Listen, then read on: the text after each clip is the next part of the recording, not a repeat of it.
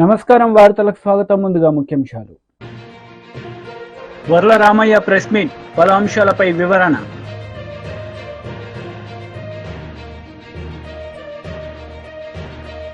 YCP leader Merugu Nagarjuna press meet, పలు అంశాలపై వివరణ.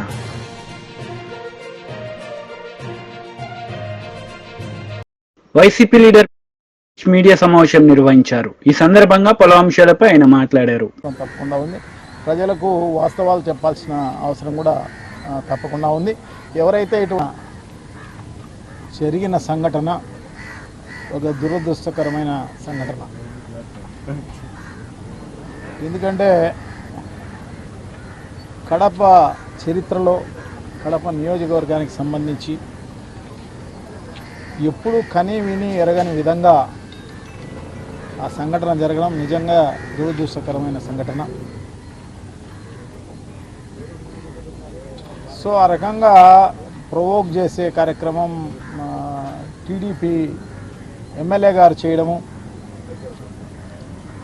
మేయర్ ఇంటి మీద ఈ చెత్త తీసుకుపోయి వేపించడము, ఇవంతా కూడా గతంలో ఎప్పుడూ ఇటువంటి సంఘటనలు జరిగిన పరిస్థితి ఎప్పుడు లేదు.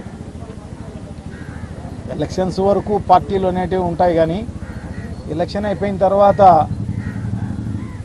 కడప నియోజకవర్గంలో అందరూ కూడా కలిసిమెలిసి, ఈ పార్టీ ఆ పార్టీ అనేది ఏం లేదు, కానీ అందరూ కలిసిమెలిసి ఉన్న పరిస్థితే గతంలో ఉన్న పరిస్థితి. అటువంటిది ఈ సందర్భం రావడం అనేది నిజంగా కూడా ఇటువంటి సంఘటన జరిగి ఉండకూడదు. సో ఇప్పుడైనా కూడా భవిష్యత్తులో ఎప్పుడు జరగకూడదు అని చెప్పేసి మేమైతే భావిస్తాం. సో అదే ఇప్పుడు ఎస్పీ గారికి రిప్రజెంట్ చేయడం జరిగింది. సో అదే కాకోకుండా చెత్త నిర్వహణ అనేది మున్సిపల్ కార్పొరేషన్దే, అదేం దాంట్లో స్థానిక సంస్థలదే. కానీ స్థానిక సంస్థలు ఆర్థికంగా ఆ కెపాసిటీ లేనప్పుడు సో డెఫినెట్గా ప్రభుత్వానిదే. సో ప్రభుత్వం భరించాల్సిన అవసరం తప్పకుండా ఉంది. యూజర్ ఛార్జెస్ అనేది ఎప్పుడైతే తీసేసామని అంటున్నారో, అది జీవో రాలేదని చెప్పేసి అంటారు, కానీ ఓవరాల్గా చెప్పినందువల్ల ఎవరు కట్టని పరిస్థితి, అన్ని చోట్ల తీసేసిన పరిస్థితి ఉంది. అది ప్రజల మెప్పు కోసం అలా చెప్పడం జరిగిందో ఏమో, కానీ మొత్తం పైన యూజర్ ఛార్జెస్ అనేది ఇప్పుడు నుంచి కాదు, దాదాపు 20 ఏళ్ళ నుంచి యూజర్ ఛార్జెస్ గతం నుంచి ఉండేటివి అవన్నీ కూడా. సో ప్రజలు కూడా, ఎందుకంటే స్థానిక సంస్థలు ఆర్థికంగా లేనప్పుడు, ఎందుకంటే ఇదంతా కూడా బాగా కరెక్ట్గా మెయింటైన్ చేయాలంటే ఖచ్చితంగా ఎంప్లాయీస్ అవసరం ఉంటారు. ఎంప్లాయీసే కాకోకుండా వెహికల్స్ అవసరం ఉంటాయి, అన్నీ అవసరం ఉంటాయి. సో ఇటువంటి బేర్ చేయాలంటే స్థానిక సంస్థలకు సంబంధించి, ఒక మున్సిపల్ కార్పొరేషన్ అంటే కొంచెం పర్వాలేదేమో, మామూలుగా అయితే స్థానిక సంస్థలకు సంబంధించి పంచాయతీల్లో అయితేనేమి ఇక్కడంతా కూడా డబ్బులు ఏమీ ఉండవు. సో అటువంటి పరిస్థితుల్లో ప్రభుత్వమే బేర్ చేయాల్సిన అవసరం ఉంది. అది యూజర్ ఛార్జెస్ వద్దు అన్నప్పుడు ఖచ్చితంగా ప్రభుత్వం దాన్ని స్పాన్సర్ చేయాల్సిన అవసరం తప్పకుండా ఉంది. ఎంత అవుతుందో అంత డబ్బులు వాళ్ళు ఇచ్చి మెయింటైన్ చేయాల్సిన అవసరం తప్పకుండా ఉంది. సో దానికి మేయర్ ఇంటి మీద చెత్త వేయడము, లేకుంటే కార్పొరేటర్ల ఇంటి మీద చెత్త వేయడము, ఇది ఈ ప్రభుత్వం ల్యాప్స్, అది ఈ ప్రభుత్వం వైఫల్యం. ఇది ఈ వైఫల్యాన్ని కప్పిపుచ్చుకోవడానికి కోసము ఈ రకంగా కార్పొరేటర్ పైన, మేయర్ పైన, ఇంకొకరి పైన బ్లేమ్ చేసే కార్యక్రమం అనేది తప్పు అది. సో ఇవన్నీ కూడా తెలుసుకోవాల్సిన అవసరం తప్పకుండా ఉంది అన్నమాట. సో మనం ఏవైనా దానికి ఒకవేళ ఏదైనా దానిపైన బాగా చర్యలు తీసుకోవాలంటే ఖచ్చితంగా చంద్రబాబు దగ్గరికి పోయి, ముఖ్యమంత్రి గారి దగ్గరికి పోయి రిప్రజెంట్ చేయాలి. మున్సిపల్ కార్పొరేషన్కు ఈ రకమైన పరిస్థితి ఉంది, సో ఇటువంటి పరిస్థితుల్లో మీరు ఇంత డబ్బులు మున్సిపల్ కార్పొరేషన్కి ఇవ్వండి అని చెప్పేసి, మరి టీడీపీకి సంబంధించిన ఎమ్మెల్యేనే కాబట్టి తప్పకుండా రిప్రజెంట్ చేయవచ్చు, ఆ డబ్బులు తీసుకురానివచ్చు, ప్రజలకు మేలు చేయనవచ్చు. సో ఇటువంటి పరిస్థితి.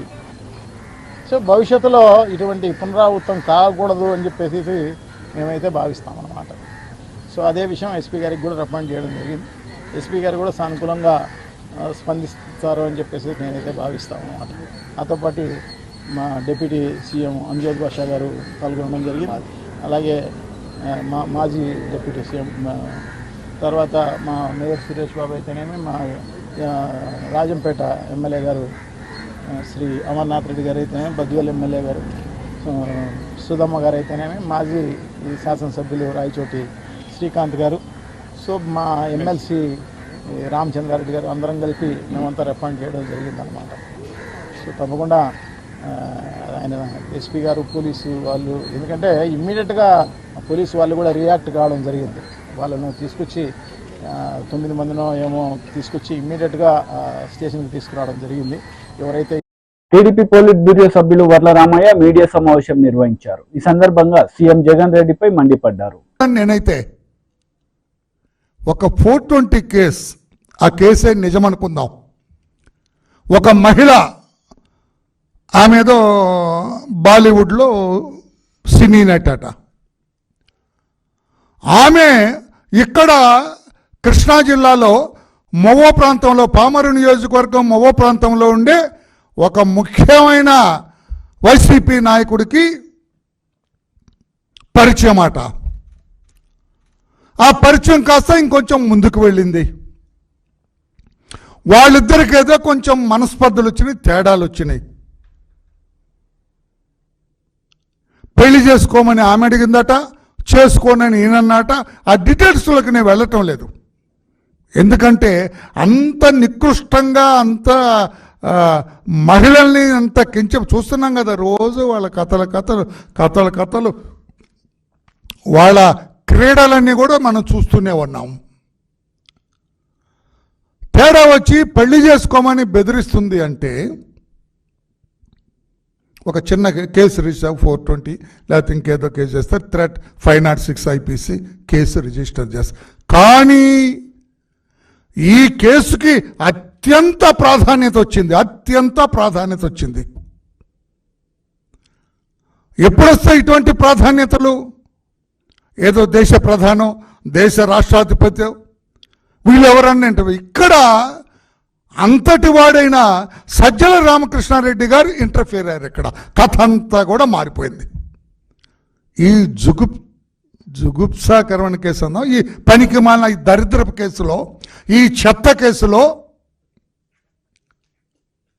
ఈ మహిళా లోకాన్ని కించపరిచే కేసులో సజ్జల రామకృష్ణారెడ్డి గారు ఆల్ ఇన్ ఆల్ ఆయన ఎంటర్ అయ్యారు. ఆయన ఎంటర్ అయితే సీను మారిందిరా అంటారు చూడు, అట్లాగా ఆయన ఎంటర్ అయ్యేటప్పటికి ఎక్కడ లేని ప్రాధాన్యత వచ్చింది.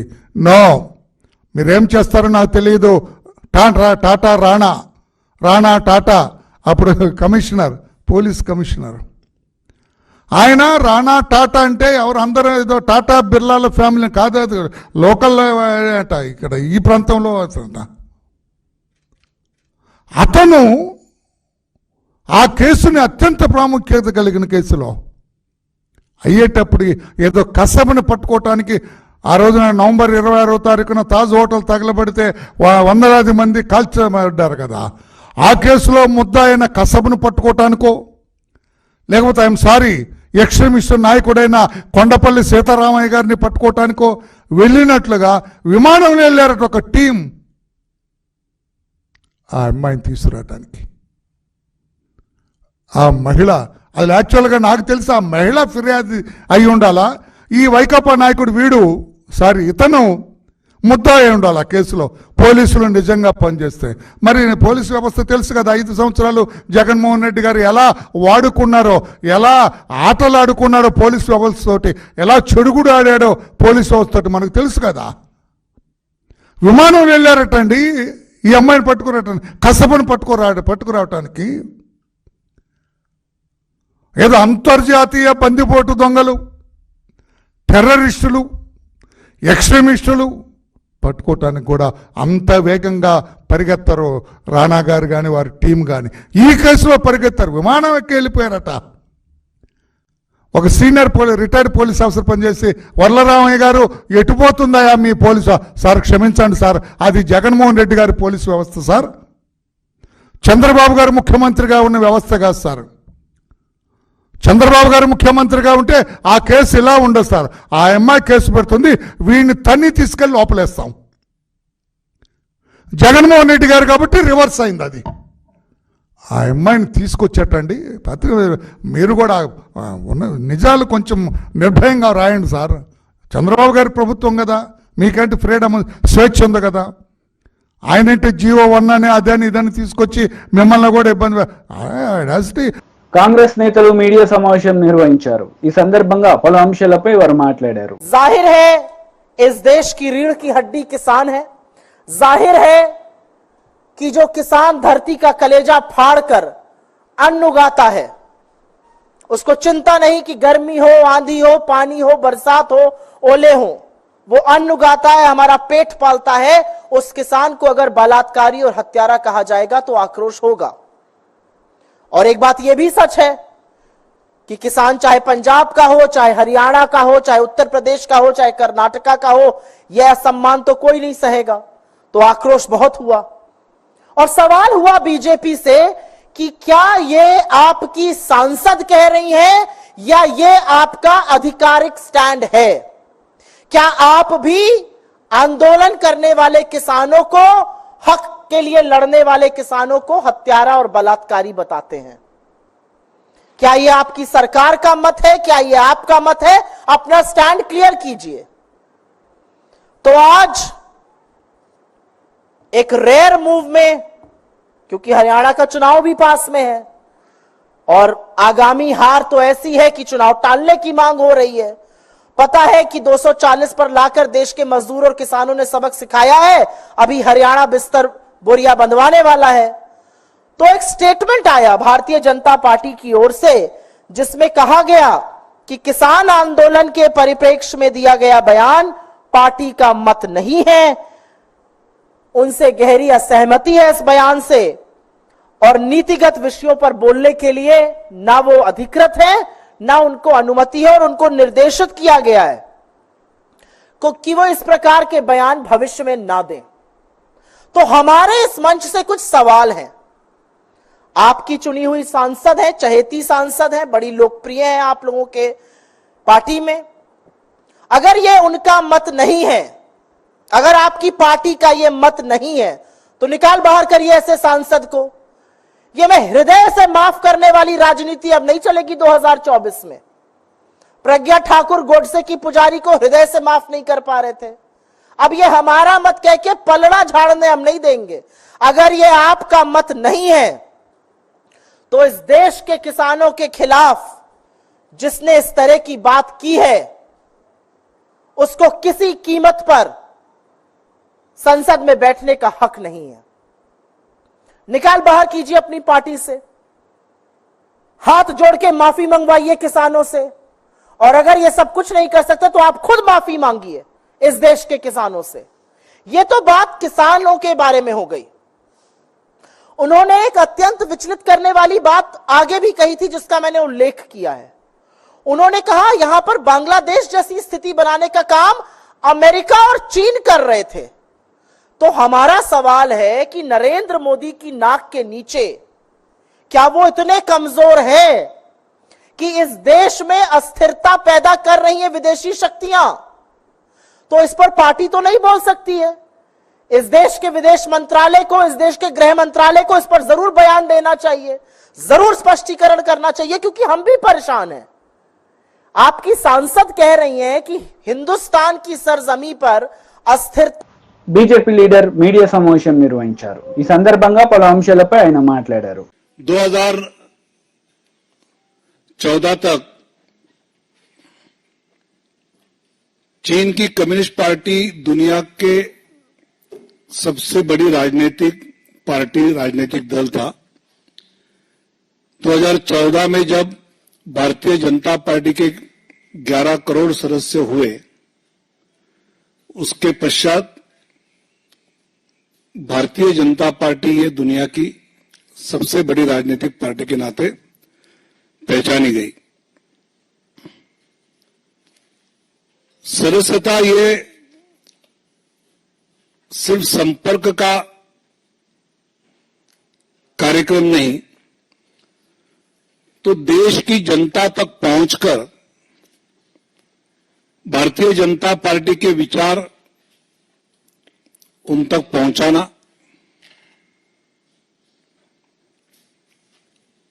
भारतीय जनता पार्टी की सरकार ने जो काम किए हैं उसकी जानकारी जनता तक हम पहुंचाएंगे। 2 सितंबर को ये जो सदस्यता शुरू होगी वो 25 सितंबर तक उसका पहला चरण पूरा होगा। पहले चरण की सदस्यता का विश्लेषण करने के बाद 1 अक्टूबर से 15 अक्टूबर का दूसरा चरण सदस्यता का शुरू होगा। ये जो विश्लेषण एनालिसिस होगा उसमें पहले चरण में जो सदस्यता हुई है वो भौगोलिक दृष्टि से कौन सा क्षेत्र कम रहा है, कहां पहुंचना आवश्यक है, सामाजिक वर्गों के हिसाब से सोचते हैं तो उसके आधार पर कहीं पहुंचना ज्यादा जरूरी है तो वो किया जाएगा। कई प्रदेशों में जहां ट्राइबल एरिया, पहाड़ी एरिया है, वहां पर वहां के कार्यकर्ताओं की सहायता के लिए बाहर के कार्यकर्ता भी जाकर वहां विशेष सदस्यता अभियान करेंगे। और ये पूरे पहले चरण के सदस्यता के बाद एनालिसिस होने पर दूसरे चरण में जो कमियां रही है वो पूरी की जाएगी। ये सदस्यता पहले जो नागरिक भाजपा से जुड़ना चाहता है वो 8800002024 इस नंबर पे मिस कॉल दे या फिर नमो ऐप पर से भी जुड़ सकता है। क्यूआर कोड होगा, भारतीय जनता पार्टी की वेबसाइट है, उससे भी वो पार्टी की सदस्यता ग्रहण कर सकता है। जब ये मिस कॉल दिया जाएगा तब कुछ बेसिक जानकारी का देने का एक मैसेज मिस कॉल देने वाले नागरिक को मिलेगा और वो उसमें अपना नाम, पता और कुछ వైసీపీ లీడర్ మీడియా సమావేశం నిర్వహించారు. ఈ సందర్భంగా పలు అంశాలపై ఆయన మాట్లాడారు. టీడీపీ నాయకులు చెప్పిందే వేదం లేకపోతే అదే చట్టం అనే విధంగా కూడా ఈరోజు రాష్ట్రంలో రాజ్యం వెళ్తున్నటువంటి పరిస్థితి రాష్ట్రంలో చూస్తా ఉన్నాం. దీని ఫలితంగా వైఎస్ఆర్సీపీ శ్రేణులపైన, టీడీపీకి గిట్టని వారిపైన, సామాన్యులపైన దాడి, దౌర్జన్యాలు, ఆస్తుల ధ్వంసం లేకపోతే హత్యలు జరుగుతూ ఉన్నా ఎవరు పట్టించు. దానికి కారణం చంద్రబాబు గారు పంపిన సందేశం. దానివల్ల పోలీస్ వ్యవస్థ క్రియాహీనంగా మారిపోయినటువంటి పరిస్థితి ఈ రాష్ట్రంలో చూస్తూ ఉన్నాం. దీనికి అంత బాధ్యుడు చంద్రబాబు గారే, స్వయాన ముఖ్యమంత్రి. ఉదాహరణకి నంద్యాలలో ఇన్సిడెంట్ జరిగింది. నంద్యాల సమీపంలో సీతారాంపురంలో సుబ్బారాయుడు హత్య, అయ్యా నన్ను చంపేస్తా ఉన్నారు, నా పోలీసులు సపోర్ట్ కావాలి, నన్ను రక్షించందని గగ్గోలు పెడితే ఆయన ఉన్న ప్రాంతం ఎంత దూరం, పోలీసు జిల్లా యంత్రాంగానికి 15 కిలోమీటర్ల దూరంలో ఉంటే ఒక్క పోలీసు కూడా వెళ్ళాల. దానికి కారణం చంద్రబాబు గారు ఇచ్చిన లైన్. ఏం చేస్తే ఏం జరుగుతుందో, చివరికి మా మీదకే వస్తుందని పోలీసులు భయపడి ఇలాంటి దురాఘాతాలు కూడా ఈ రాష్ట్రంలో జరుగుతున్న తీరు చాలా బాధాకరం. నిజంగా వ్యవస్థ ఒక ప్రక్కకి వెళ్ళిపోతా ఉన్నా నిమ్మకురేనెత్తేట్టు అధికారాన్ని నడిపే వ్యక్తి తనకు కావలసిన విధంగా ఈరోజు ఈ రాష్ట్రంలో పరిపాలన చేస్తూ ఉన్నాడంటే ఎంత బాధ్యతారాహిత్యంగా ఉన్నాడో దీనికి కారణం ఈ రాష్ట్ర ముఖ్యమంత్రి కాదా అని నేను అడుగుతా ఉన్నా. నేను ఇలాంటి చంద్రబాబు నాయుడు గారు ఇలా తప్పుడు సంకేతాలు, తన మాట వినని ఐఏఎస్ ఐపీఎస్ అధికారుల మీద వాళ్ళ ప్లాన్ ప్రకారం వారిని బ్యాట్ చేస్తూ భయభ్రాంతులు చేస్తున్న తీరు ఈ రాష్ట్రంలో కాదు, నిజంగా దేశంలో ఉన్నటువంటి ఈ పోలీసు ఐఏఎస్ ఐపీఎస్ అధికారుల వ్యవస్థకు కళంకితమయ్యే పరిస్థితి వస్తూ ఉంది. దానికి హాజ్యుడు చంద్రబాబు నాయుడు గారు అని చెప్పడానికి ఏమాత్రము వెనుకాడుస్తుంది. ఈ విధంగా చేయటం వల్ల, ఈ విధంగా వ్యవస్థ నడపటం వల్ల ఈ రాష్ట్రంలో రాజకీయ కక్షలతో ఒక ప్రక్క తలలు తెగిపడుతున్నా, మానభంగాలు జరుగుతూ ఉన్నా, ఏం జరుగుతూ ఉన్నా ఈ రాష్ట్రంలో నిమ్మకి నీరెత్తినట్టు వ్యవస్థలు ఆగిపోయి కళ్ళు లేని కబోజుల్లాగా ఉంటే ఈ విధంగా ఏమనుకోవాలి? చివరికి ప్రజలను రక్షించాల్సినటువంటి పోలీసులే ఈరోజు తమకు తాను రక్షించుకోవటానికి చివరికి ఆత్మరక్షణలోకి వెళ్ళిపోయారంటే దీనికి బాధ్యత చంద్రబాబు గారి యొక్క ఆలోచన సరళి, ఆయన పరిపాలన తీరు అని మాత్రం పూర్తిగా అర్థమవుతా ఉంది. ఈరోజు చంద్రబాబు గారి ఆదేశం మేరకు చివరికి బాధితులపై కేసులు పెడుతుంటే ఏ సామాన్యుడైనా పోలీసుల దగ్గరికి ఎందుకు వెళ్తాడు? పోలీసుల వల్ల మాకు న్యాయం జరిగిద్ది, పోలీసులు మాకు అండగా ఉంటారు, మాకు రక్షణ ఉంది అని చెప్పుకోవటానికి ఎక్కడ అవకాశం ఉంది? దాడులు, అఘాయిత్యాలు, అమానుషాలు, వెలివేతలు వీటన్నిటికీ కారణంగా చంద్రబాబు ప్రభుత్వం, చంద్రబాబు గారు నడుపుతా ఉన్నారే. రాజ్యాంగం మీద, ఏ రాజ్యాంగమేనా? రాజ్యాంగం మీద నడుపుతా ఉందా ఈ పరిపాలన? ఇది ఒక నారావారి రెడ్ బుక్ పరిపాలన కాదు అని అడుగుతా ఉన్నా. దీనికి ఎవరు సమాధానం చెప్తారు? ఎందుకంటే నడిచేది నారావారి రాజ్యాంగం. మాట వినని అధికారులపై చూపించిన శాడిజం, ఇంకా మాట వినకపోతే పరువు మర్యాదలను ప్రతిష్ట మంటగొల్పే విధంగా వారి యొక్క మీడియాలో రాయిస్తాం, ఒక కథనాలు రాయిస్తాం. ఆ కథనాలను ఆధారంగా చేసుకొని కక్షతో, కార్పణ్యాలతో మీరు పనిచేసే తీరు ఈ రాష్ట్రంలో ఉన్న ఏ అధికారి, not only police, not only IAS IPS, ఏ అధికారి అయినా భయభ్రాంతులతో పనిచేస్తా ఉన్నారే తప్ప మాకు వార్తలు ముగించే ముందు ముఖ్యాంశాలు మరోసారి. వర్ల రామయ్య ప్రెస్ మీట్, పలు అంశాలపై వివరణ.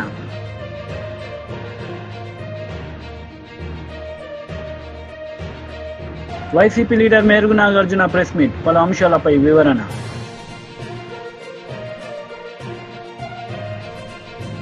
ఈ వార్తలు ఇంతటితో సమాప్తం. తిరిగి ప్రసారమయ్యే వార్తల్లో మళ్ళీ కలుద్దాం. అంతవరకు సెలవు. నమస్తే.